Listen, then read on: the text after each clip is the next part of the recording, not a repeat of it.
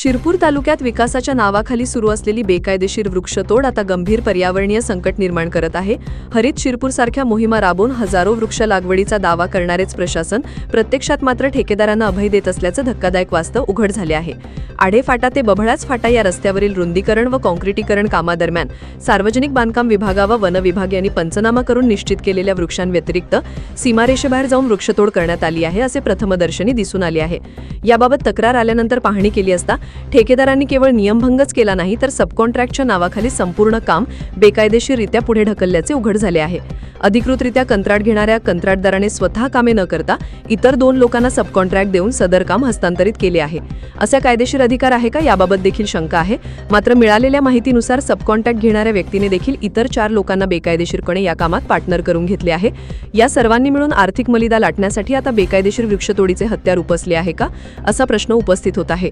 सरकारी ठेका असतानाही अधिकृत परवानगीशिवाय वृक्षतोड करणे हा गंभीर गुन्हा असून 50,000 रुपयांपर्यंत दंड, ठेका रद्द, साधन सामग्री व वाहने जप्त करणे तसेच IPC कलम 379 427 अन्वये फौजदारी गुन्हा दाखल करणे अनिवार्य आहे।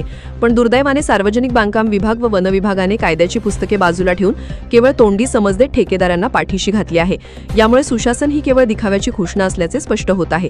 विकासाच्या नावाखाली वृक्षतोड करणाऱ्यांना अभय देणे हे पर्यावरणाशी मोठा विश्वासघात आहे। या सर्व प्रकाराबाबत सार्वजनिक बांधकाम विभाग व वन विभागाने झोपेची सोंग घेतली असून झालेल्या प्रकाराबद्दल चौकशी न करता दोषींना अभय दिले जात आहे।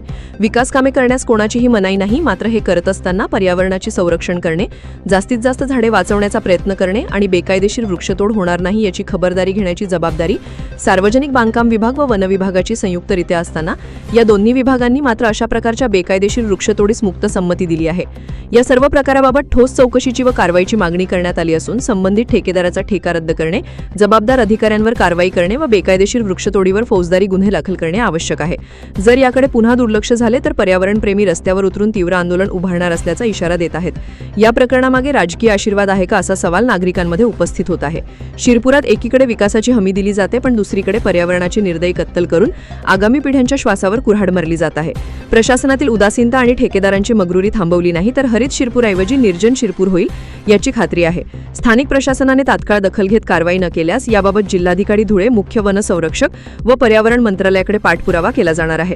ठेकेदारासोबत जबाबदार अधिकाऱ्यांवर देखील कारवाईची मागणी होत आहे।